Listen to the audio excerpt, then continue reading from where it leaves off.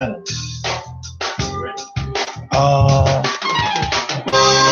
yeah.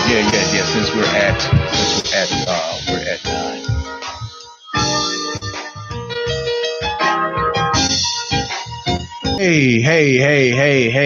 Hey, and welcome to iHeart Intellectual Radio, the Chronicles of Ron.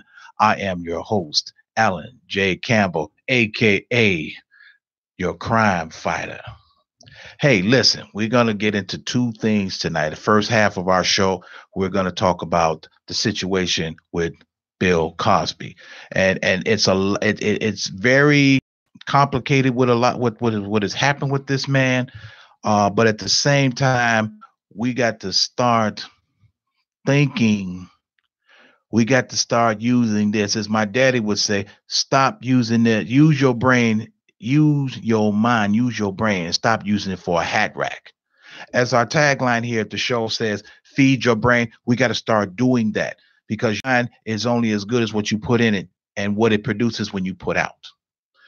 Um, I'm gonna start off with one particular story that happened that's actually happened. Once again, the city of Chicago or the state of Illinois, as I often say, and we continue to have this conversation. This is a conversation full of dialogue that we are never going to run out of. We had two more men that were exonerated, freed from prison due to wrongful conviction. Wrongful conviction. Under one man under John Burge and another man under another police officer who's now a retired detective whose name is Guevara. But we still are having these conversations, people. We're still having them. The thing is that we got to remember, as I say often and early, we have to remember that we are not citizens. We are still black people. We have to remember that.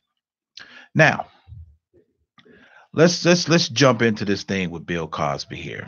Last Thursday, Bill Cosby, who is 80 years old, and for those who been living under a rock for the last 30 years, Bill Cosby was one of the iconic black entertainers and actors of my time. First TV show that he was on, and there was a little bit of controversy about this. It was a show called I Spy, and he played the key play opposite of another gentleman, Robert Culp, and his character on the show was his name was Alexander Scott. He was the brains of the two. These were two spies that traveled around the world. But at the time, Bill Cosby he was one of maybe three blacks during the 60s who was actually in a starring role. Now that's huge. That's huge for black people at that time. At the time that you during the 60s, you had your Sidney Poitiers, you had your Bill Cosbys, you had your Diane Carrolls, you had your James Earl Jones, you had these iconic black men, you had Fred Williamson, that kind of gave us hope that hey, it is to pursue a career in film and television. But at the same time, we were still black. They were still being paid less than their white counterparts, which is still happening today. And this is this is an interesting note. This is a sidebar talking about black actors being paid in their counterparts.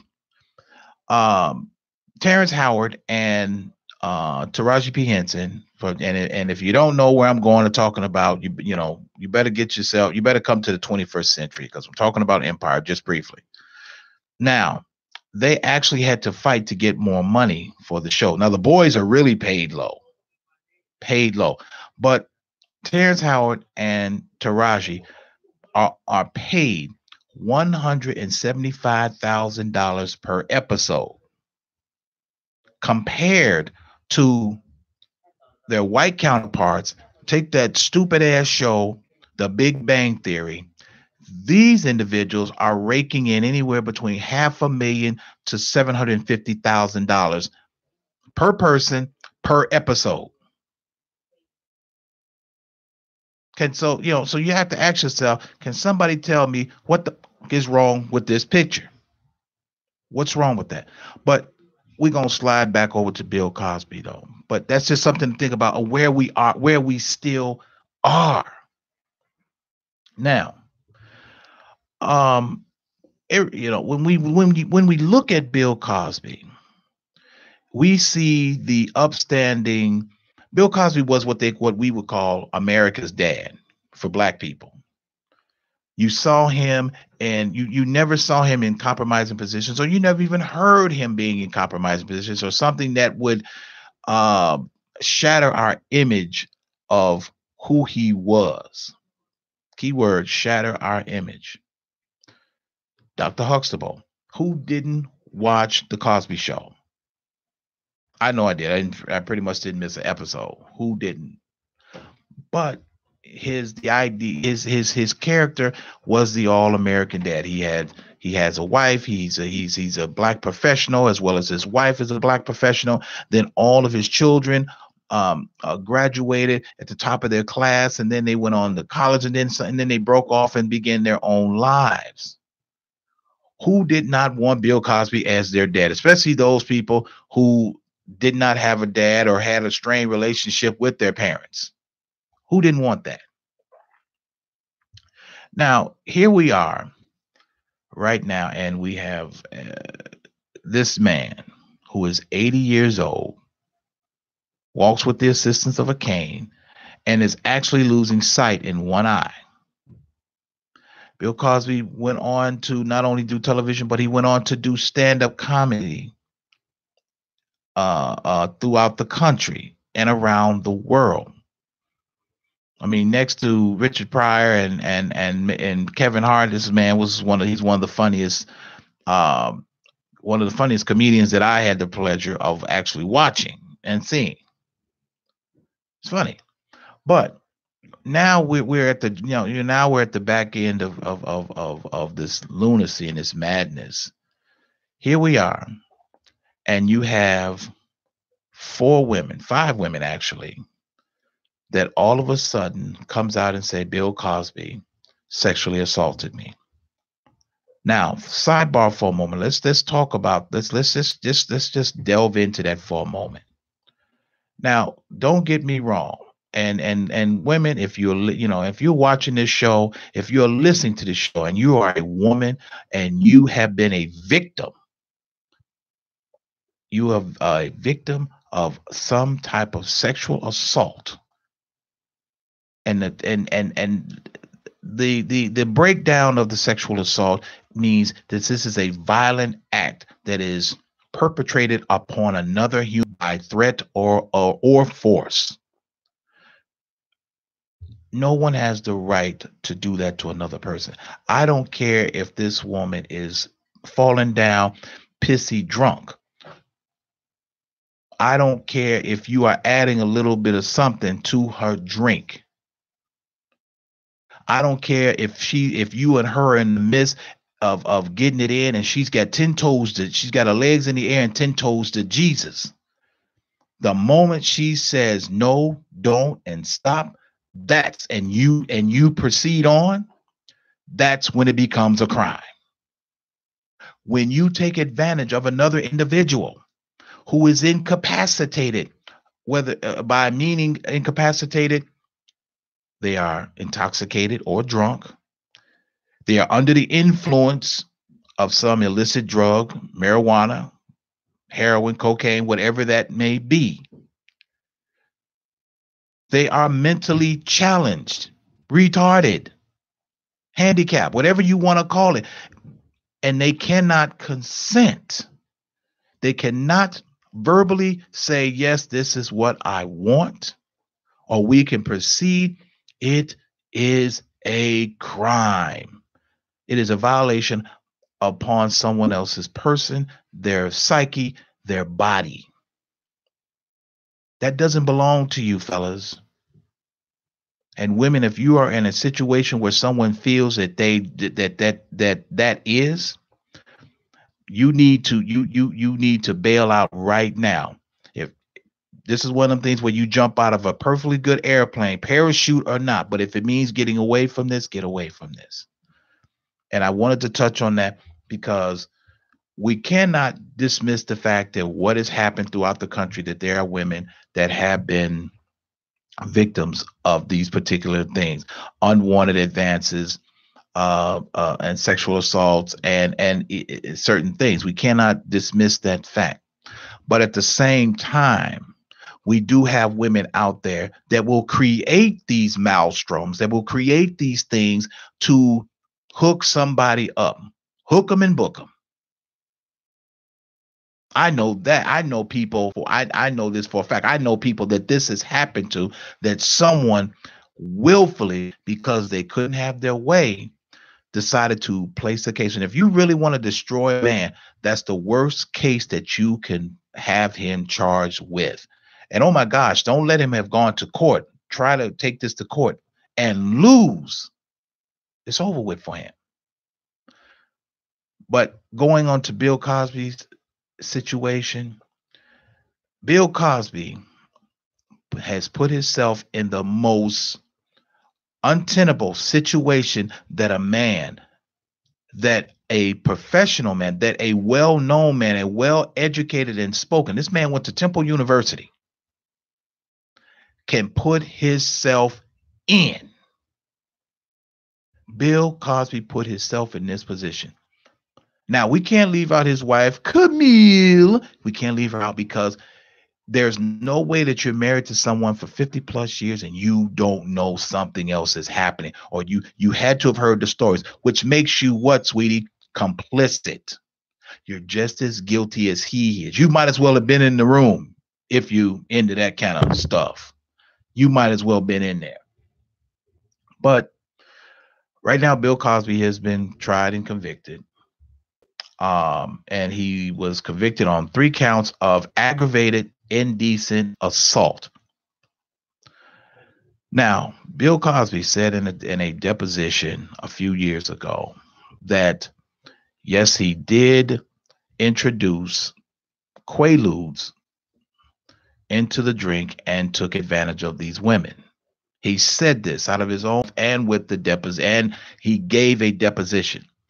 Now, whoever his lawyers were, they set him up to fail. This is a guy that literally fell on his own sword. I'm not saying what he did was right. I'm not saying that he should not have owned up to it. But at the end of the day, what happened between Bill Cosby and whoever, that's between Bill, the individual, and God. It is not us. We are in no position to sit in judgment. None. Not nay one of us. We don't know what was said. We don't know what these women, where their minds were, but it didn't help that Bill said in a deposition, yes, I did this. I introduced an illicit drug to the situation. It doesn't help. Does not help at all. And that goes to and that goes to the same principle of everyday Joe. You out with some chick and you and her, getting into your little ooh-la-las, and she's getting drunk or she's getting blowed or whatever the case may be. And this might even be her first time. And it's taking over her. Help me understand something. How in the world is that remotely, and I do mean remotely, enticing or indulging, when this person has no idea where they are, who they are, and what's going on? That's the problem. That's the problem that I have. And that's the problem that I have with this thing with Bill Cosby. Was it deplorable? Absolutely.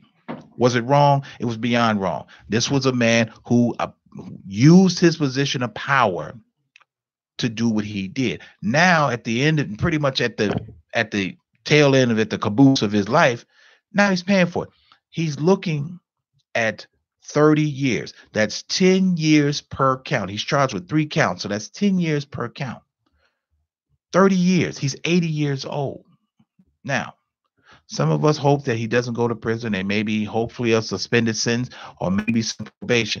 But at the end of the day, and then if he's got some smart lawyers, but apparently he doesn't have any smart lawyers because they let him get convicted. And not only that, during the process of the trial, you allow certain individuals to testify. But at the same time, they didn't work hard enough to get his deposition excluded from testimony or trial, which is very damaging. That's like when you confess to a crime, or they say he gave a written confession, and just to make a correction, no, you do not actually write the confession out yourself. Someone else writes it, and they're transposing your words onto a piece of paper. You never get to write that. The first thing that should have been done, or if you ever get into that situation, we have a written confession. Your lawyer is supposed to file a motion to get that suppressed. That should have been done in Bill Cosby's instance. That should have been suppressed. Not only that, but the women who were allowed to come to testify should not have been allowed. Now, here's the other part of this hot mess. These incidents happened over 30 years ago.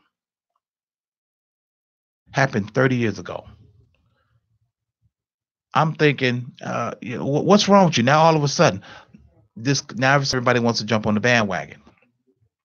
Now, the other part that didn't help Bill Cosby is when the Me Too movement came about, and every woman on the face of the earth decides they want to get behind the Me Too, and I was this, I was that. One woman's testimony, Janine Dickerson, and that's really funny, Janine Dickerson. Yeah, okay. We know what she was on and who she was on. But anyway, she testified in court that what she claimed happened between her and Bill Cosby never happened. She said this in open court. Her words were, "I did this because I needed a check. I was broke and needed a check." That sounds like some of these wretched ass women that's out here in the street now. This is the problem. See, once again, this is the problem that we keep having. The system knows it's broken. The system continues to allow people who are questionable to get up here and say what they want to say. Now, let's talk about jury selection. Let's talk about the jury. Now, when we're referencing jury, now under the amendment and your constitutional rights, it says that you have the right to a trial of a jury of your peers. Let's look at that for a minute. Jury of your peers. So that means that your peers would be people who travel in the same circle as you do. That means that if I murdered someone, then you should have people who have murdered people. Those are people of my peers, because we traveled down the same road. If a person if a person's being charged with sexual assault, get a bunch of individuals who've been charged or convicted of sexual assault / rape, put them in the jury box. Thieves, get a bunch of thieves, put them in there. Drug dealers. Here's the thing. They say peers, but see, the problem is that they go and pull these people from these lily white communities who have never been charged with a crime, who have never been pulled over by police, who's never gotten a ticket, who's never had any type of run-in or incident with law enforcement. So how can this person be a member? Not even. And here's one even better. I live in the ghetto, and they live in a white suburban area where there's hardly no crime. They live in the walk-in closets, the manicured lawns, the white picket fences, the 2-car garages. I live in I live in a closet with no windows, or I'm living in an apartment with one window that faces a wall. How can these people be jury of my peers. How does that happen? If you have a woman who has abused her children, who has neglected her children, who has taken money and given it to some Negro, and then they come in and take her children, or she's harmed them or even killed them. She goes to trial. You got mothers on the jury, but these are mothers who have never even remotely thought about doing harm to their children, or who remotely have never thought about doing harm to their children, neglecting their children, putting a man over their children. How is that fair? How is that system fair? Now we take these people who sat in judgment, because make no mistake, these people sat in judgment of Bill Cosby, and every one of them is going straight to hell, riding a snagger-tooth with gasoline draws, riding a snagger-tooth mule. Make no mistake. That's why I would never serve on a jury, because see, we have to understand that the same measurement that you judge someone, you will be judged yourself by those same measures. Same measures. When we talk about the jury, you had white people on there who have never probably had any incidents or situations that involve what they're sitting in judgment on. Because understand, you're sitting in judgment. You're sitting in judgment. So neither one of these individuals who sat there and was part of the jury panel for Bill Cosby, none of them were entertainers. None of them have ever traveled the world. None of them have ever been on television. None of them have ever done anything Bill Cosby has done. None of them have ever taken $1 million of their own money and given it to the HBCU, or the historical black colleges and universities. None of them have done that. None of them have gone. None of them have probably never went to Temple or Morehouse or any other Bethune-Cookman, which are black colleges.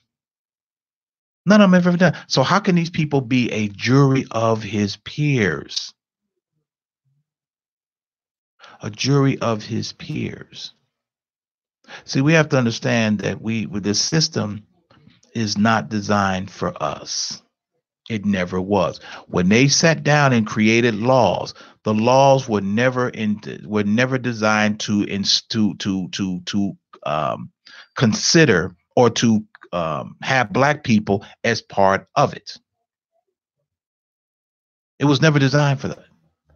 When they say justice, no, they mean just us. Just us. Bill Cosby is a black man in America at a time to where they're trying to destroy every black powerful man. See, a lot of things that Bill was trying to do, and the sad part, like I say, Bill kind of wore two hats, so to speak, and it kind of caught up with him. A few years ago, Bill Cosby tried to buy NBC.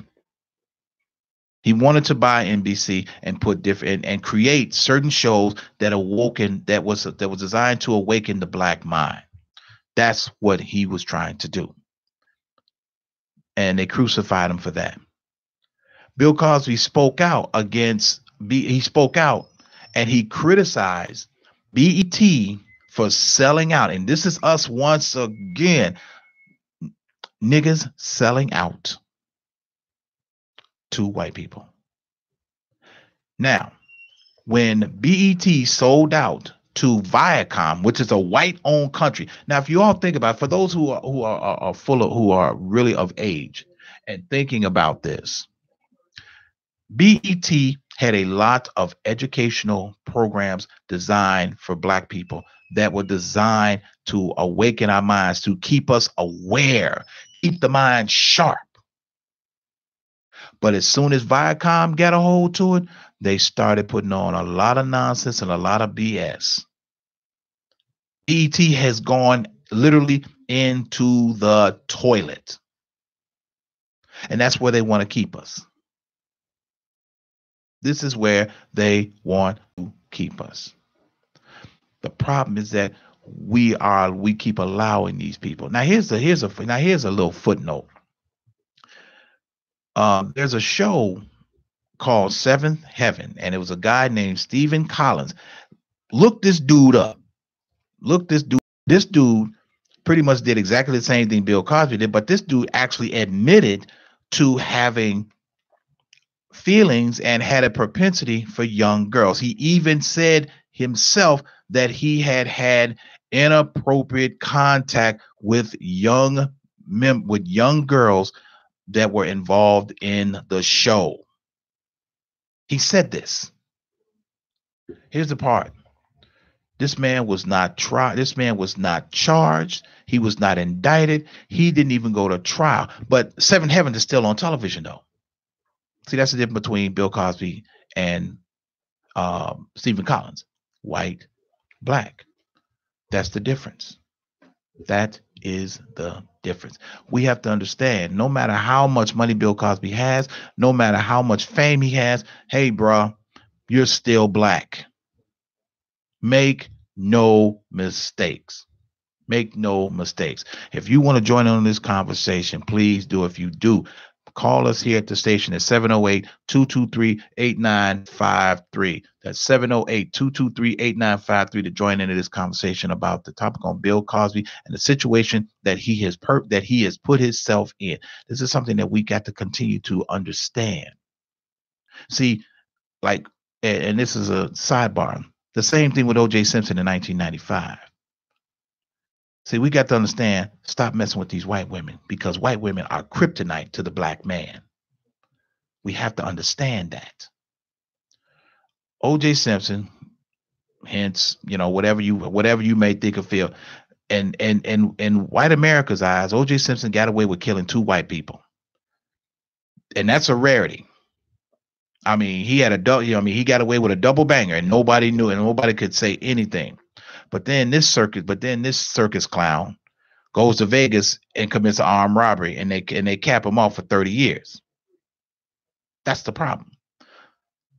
Sometimes when we have things go our way, and then we mess around, and then we come back and we shoot ourselves in the foot, which is indicative of us as black people, that we continue to shoot ourselves in the foot. Continuously do it. And this is one of these situations to where Bill Cosby has done that, has literally shot himself in the foot. Might explain why he's walking with a cane now. But with that being said, his road is it's only beginning. Now, to have his wife wasn't in the courtroom when the verdict was read, because I'm pretty sure that she really was prepared for the worst. And the thing about that, and I can only say that she was preparing herself for the worst because she had to have had some inclination. She, at some point or another, she knew at some point or another, someone, there was talk around the water cooler, proverbial water cooler, that, hey, your husband out there doping up women. And once again, like I said, I'm not condoning that. I will never condone that. What he did was deplorable. What he did was worse than wrong. Okay. Now, it's one of the women that just, oh my gosh, if you've seen her, you just like, and I'm only saying this jokingly. If you saw her, yes, yeah, I could see why he had to drop something in her drink, because I guess after a few drinks and putting enough in her, dropping enough in her drinks and having a few drinks, she started to look good to him. Because if you saw this one woman fight that made this whole brouhaha, you would say, oh my gosh, where did you find this sea donkey? Really? Where did you find her? I mean, because the idea, you gonna step out, you gonna cheat or whatever you gonna do, or you gonna play around. It's called an upgrade. It's like If you're going to buy a Buick, you don't go to a Yugo. If you got a Chevy, you go to the next level, such as a Beamer or Mercedes. You go forward, not backwards. That's what you're supposed to do. At least that's the name of the game on how you do this. But when we look at this situation, Bill Cosby had everything go against him that could have possibly go wrong. First of all, he's black. Second of all, he's a man of stature, of prominence.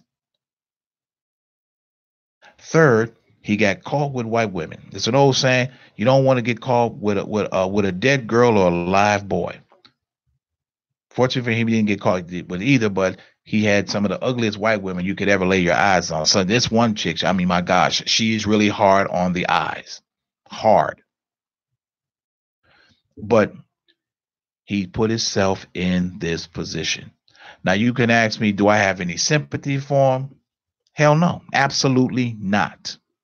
Because once you put yourself in a position, you cannot act or expect people to have sympathy, feel sorry for you, have compassion, because this is a hole that you dug yourself.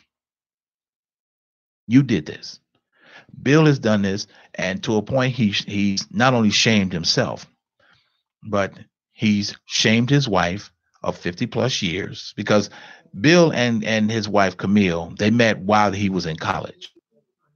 While they were in college, he's shamed his children. He has shamed any and everything around him. Now, that being said, his attorneys, who did a relatively piss poor job of representing him and not getting enough in place. And here's the thing that I always said. I told an interesting thing here. I tell anybody this. The unfortunate part is that when you get in real trouble like this, you catch a body, you catch a case like Bill Cosby got, something really serious. Do what white people do. That's get a white lawyer that knows what he's doing and talking about, and you stay at him. Sometimes we go and get black lawyers, and this is not throwing them under the bus, but sometimes they're not given a fair shake, and that's the unfortunate part. And sometimes they don't have the resources that their counterparts have. Sometimes in order to get out of trouble, we got to think like white people. How do you think they stay out of trouble? Steve, who managed to wiggle off that hook. Bill Cosby has been bought and paid for. He's the proverbial sacrificial lamb. And understand, he's not the first. He is not the first one, and he damn sure will not be the last. He will not be the last. Now, I'm going to switch gears right quick, and I'm going to go into another social issue concerning another young man. And I know a lot of you, I've heard of him, and I know he was hooked up with Nicki Minaj and somebody else, but it's a cat. Now, everybody knows Meek Mills. Now, just last week, around about the same time Bill Cosby got convicted. Meek Mills, whose government name is Robert, if I'm saying it right, Remilk, and don't shoot the messenger. I'm just reading it how it's spelled. Reading it how it's spelled. But this brother was released from prison just last week, and this was going on something that has been dogging him for a while. Now, this goes back to what I said before. Stop placing yourself in bad positions. Okay, Meek Mills caught a drug charge and caught a drug and gun charge about 10 years ago. Okay, and he was on probation. But the bad part about it, Meek Mills kept getting caught. He kept having trouble with the law, and then he subsequently kept violating his probation. Now, Meek Mills was sentenced in November to 2 to 4 years in prison for violating his probation on roughly a decade-old gun and drug case. Now, the sentence, I'm gonna just read a few excerpts from this. The sentence rounded out roughly to a decade long back and forth between the 30-year-old musician and common pleas judge Janice Berkeley that has dogged Mills' career as he has been jailed and called to court multiple times for various infractions. Once again, going back to what I just said, you got to understand the system is not designed for us. And if we keep going back, if we keep playing with these people, they're going to hurt us. They're going to give you what they call the next millennium sentencing, meaning that when they give you a sentence, we won't have to worry about you ever again. Now, when he was released, he released a statement. Now, I know for the past for a few years, people have been talking about, him getting out, and this is ridiculous, and they don't just. But here's the thing, Meek, stay out these people's faces. Get your sugar honey iced tea together, as they say. Don't start no SH, and it won't be no IT. And this is what he has to learn, and hopefully he's learned this. But I'm gonna read the statement that he released. He said, and it goes on to say, "I like to thank God, my family, my friends, my attorneys, and I want you to earmark that portion, earmark that there, attorneys, my team at Rock Nation, including Jay-Z, Desiree Perez, my good friend Michael Rubin, my fans, the Pennsylvania Supreme Court, and all my public advocates for their love, support, and encouragement during this difficult time. While the past 5 months has been a nightmare, prayers, visits, calls, letters, and rallies have helped me stay positive." Now, I'm going to pause there for a minute. And he's absolutely right about the prayers and the visits. The prayers and the visits. He's absolutely right. But what I'm going to do right quick, because I got to pay some bills before I get too far, I'm going to take a brief break for a minute to pay some bills. I want to give a shout out to let me start off. If you have a comment or a question, if you have a comment for a show, give us a call here at the show at 872-267-1381 and leave it on our voicemail. Leave it on voicemail and we will receive it. Nubian Beauty of Hair. Check out their website at luxuryhairdirect.com/Nubian4. Remember to put the 4 on the end of that dot. Also, there was somebody that stopped me and they say, "Hey, if you're interested in driving a bus, hey, give First Student a call over here over there in I believe it's South Holland or Glenwood, one of the South Holland and Glenwood. Get them a call and ask them about because they are hiring for bus drivers and bus attendants. Get them a call over there, 708-210-2200. Hey, give us a call here at the station if you want to join in this hot topic here at 708-223-8953 here at iHeart Intellectual Radio, the Chronicles of Rohn.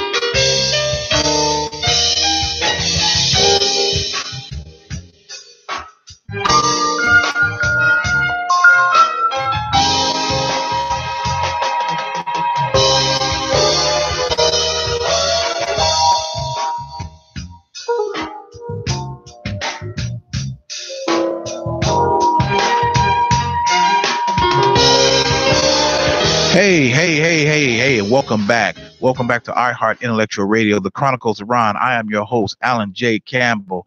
Hey, we are getting into this conversation about the justice system and how and Bill Cosby and Meek Mills, the two on how this thing has gone so sideways. But let's look at these two gentlemen at the same time. Both of these men have money that they can effectively fight what's going on. Meek Mills had a lot of people behind him to help him, but also money plays a factor. I want remember this. If you should ever get caught up in the legal system, at the end down to two things: which story is believable? Who told the best story? Did the defense tell the best story, or did the prosecution tell the best story? That's what it boils down to. It doesn't boil down to right or wrong, good or bad. It doesn't boil down to that. Who told the best story? It comes down to. But I'm gonna finish reading what Meek Mills said in release, and it's a couple of things I want people to remember what he said and understand why he said this. While the past 5 months have been a nightmare, the prayers, visits, calls, letters, and rallies have helped me stay positive, which is true. If you've ever been in prison, that's like currency. That's what gets you through. I don't care if you got 2 years, I don't care if you got a small bit or you got a truckload of time, this is what gets you through. To the Philadelphia police, to the Philadelphia District Attorney's Office, I'm grateful for your commitment to justice, not only in my case, but for others who have been wrongfully jailed due to police misconduct. Wrongfully jailed due to police misconduct. Although I'm blessed to have the resource. Now, listen, people, I cannot stress this. I cannot stress this. I cannot stress this. Although I am blessed to have the resources to fight this unjust situation, I understand that many people of color across the nation do not have that luxury. I plan to use my platform to shine a light on those issues. In the meantime, I plan to work closely with my legal team to overturn this unwarranted conviction, and I'm look forward to reuniting with my family and resuming my music career. This is this is something that had to be said, and he hit the nail on the head, as they say, hit and put the point on the pen. Unjust. Now, when we sit there, like you said, the resources, the reason a lot of us end up in prison, or what we call, you wind up with a public defender, or what we affectionately call them the penitentiary deliverers, because that's exactly what they do. Exactly what they do. They're not working in your best interest. They're not concerned about finding out the truth. They're not interested in saying, hey, this is wrong. They're not interested in saying that the police are wrong, that the police have lied, that the police have fabricated evidence.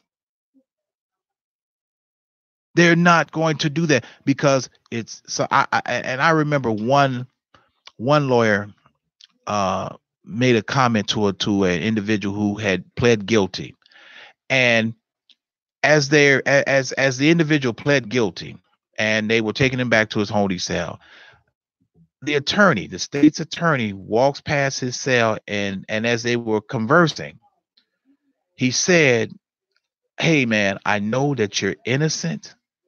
And so the gentleman says, "Wait a minute, what do you mean you know I'm innocent?" He says, "I know about this. I know about that. I know that this woman lied. I know this woman's testimony was bogus, but I did what I had to do because I needed the conviction. I need the conviction." Now, had to, and me referencing him and saying, "Do you know that that's called prosecutorial misconduct?" But the problem is that we don't understand the law and how the system actually works. We have to understand that the prosecution has to play by the rules. But the biggest thing is that we have to understand, we got to read. We have to understand how the law and the system works. And Meek Mills is using this as a platform to say, hey, this is wrong. But the thing about it is that we've been talking about this is wrong for over 100 years. 100 years. There's a song that if memory serves, I believe it's Billie Holiday, and it's called Strange Fruit. Strange Fruit.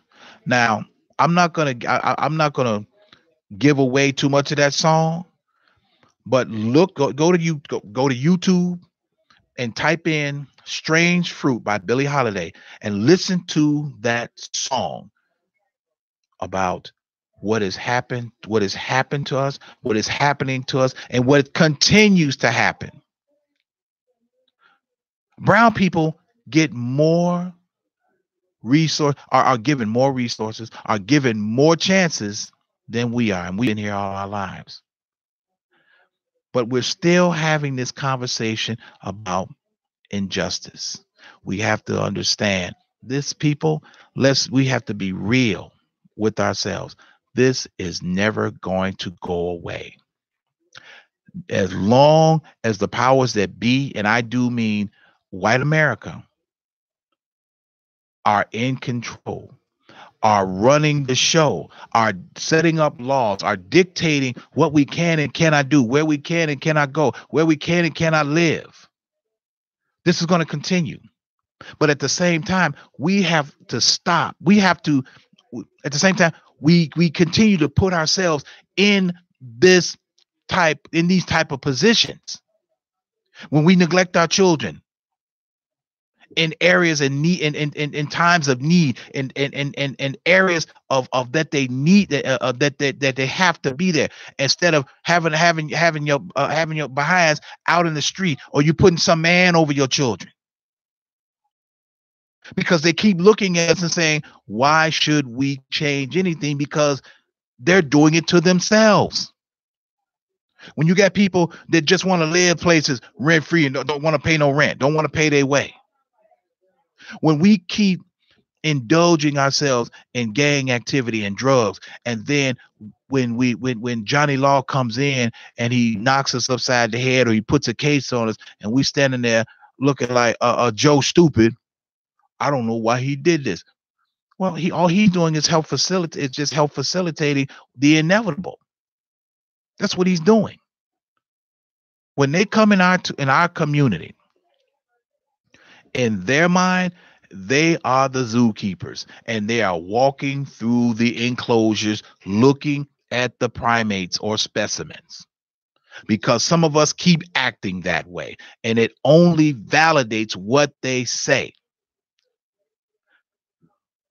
When you get these knuckleheads to go downtown on the Gold Coast, or on the further north side, North Shore, or near West Side, or near North Side, and over there carjacking people, going into phone stores down there on Michigan Avenue, the Apple stores or the T-Mobile stores, or running around acting a damn fool in Water Tower. How do you expect white America to not think other about you when you're doing this? Somebody will say, well, it's just a society and we never get a chance. No, you've had the chance. You just made up in your mind, this is not what you want to do.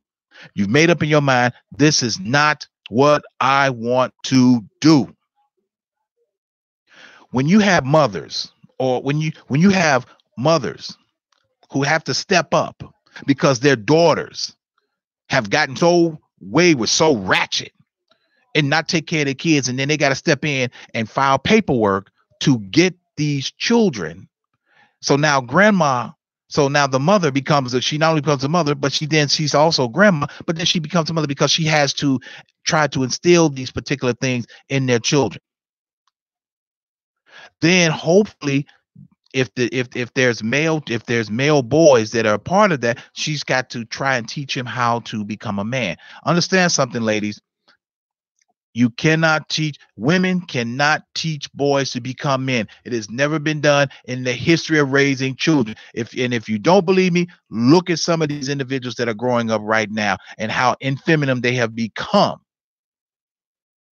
How they become a bunch of punks instead of grown men, because either the daddy has been run off, and I know this is a little side, I know I'm sidebarring right now, but either the daddy has been run off, or he has been exiled, or the mother and the father can't work out their differences. Look, this is where we're at. So now what happens is that the system's not going to be pretty when the system comes in and takes over. By no account. None. So now when these things happen, say the system gets a hold of you, and so now so people got to put money together to raise bail or find you a decent lawyer so they don't send your black ass to prison because you out there doing something stupid. Or here's one, or you out there doing something stupid, and they blow your wig back. You laying out there in the street, then they come out there and they got to scoop what's left of your brains up off the road and then put you on the table, and they fillet you so they see what's going on. Oh, not to mention, they got to raise money to put you in the ground. Then you all at these funerals and talking about, oh my gosh, little Johnny then got his rewards, and he's gone on to collect his wings. He's gone on to be with the Lord. Going on to be with the Lord. He's going on to be with sweet Jesus. Stop. If you were on your job as parents and teaching your children the real about the system, about how this really works, you would not be saying that. Because make no mistake, some of them ain't going on. Some of them are not going home to be with the Lord. Not happening. For white people, they say, well, no, he's in purgatory. And if you don't know what purgatory is, look it up. We got Google. Look it up. Expand your mind. Expand your mind. We have to understand, we have to stop walking around, as I say, each and every time in a medically induced coma. Medically induced coma. And if it seems like I'm very adamant and very passionate about this, yes, I am. Yes, I am very adamant and very passionate, because even myself, and I am not impervious to being a victim of police misconduct, prosecutorial misconduct. The very first time I'm telling you an interesting story. The very first time when I got my license, and when I started driving, and I'll never forget the first time I got pulled over by Johnny Law. It was two white cops. And I'll never forget where I was. I was driving south on Halsted at 57th Street. I was southbound on Halsted at 57th Street.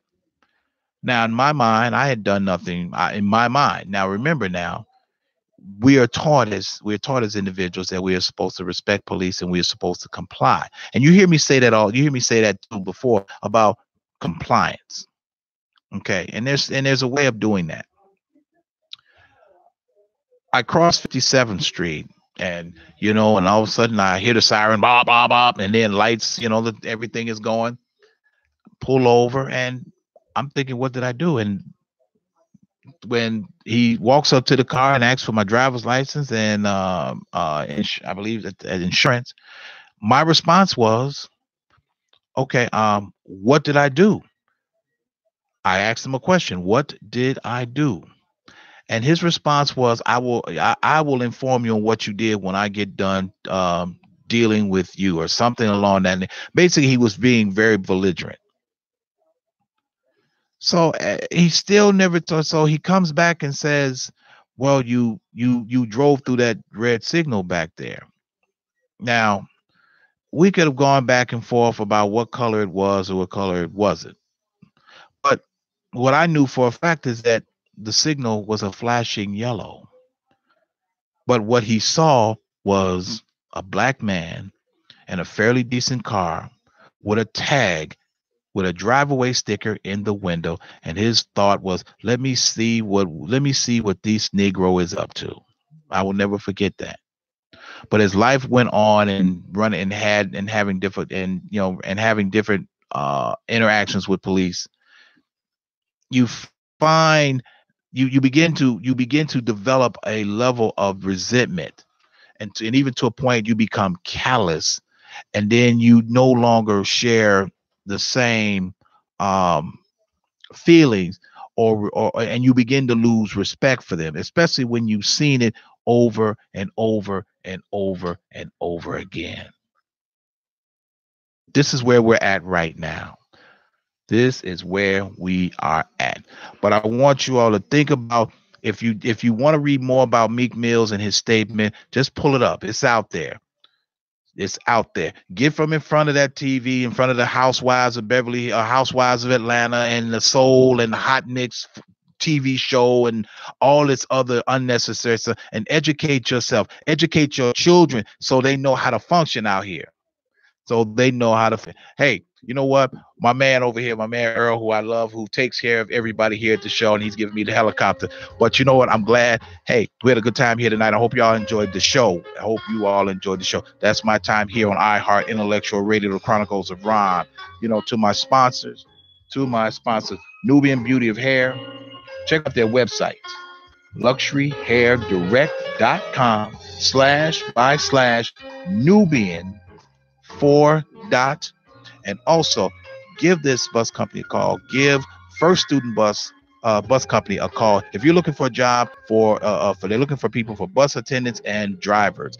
Get them a call over here at 708-210-2200. Hey, in closing, not my monkey, not see y'all next week.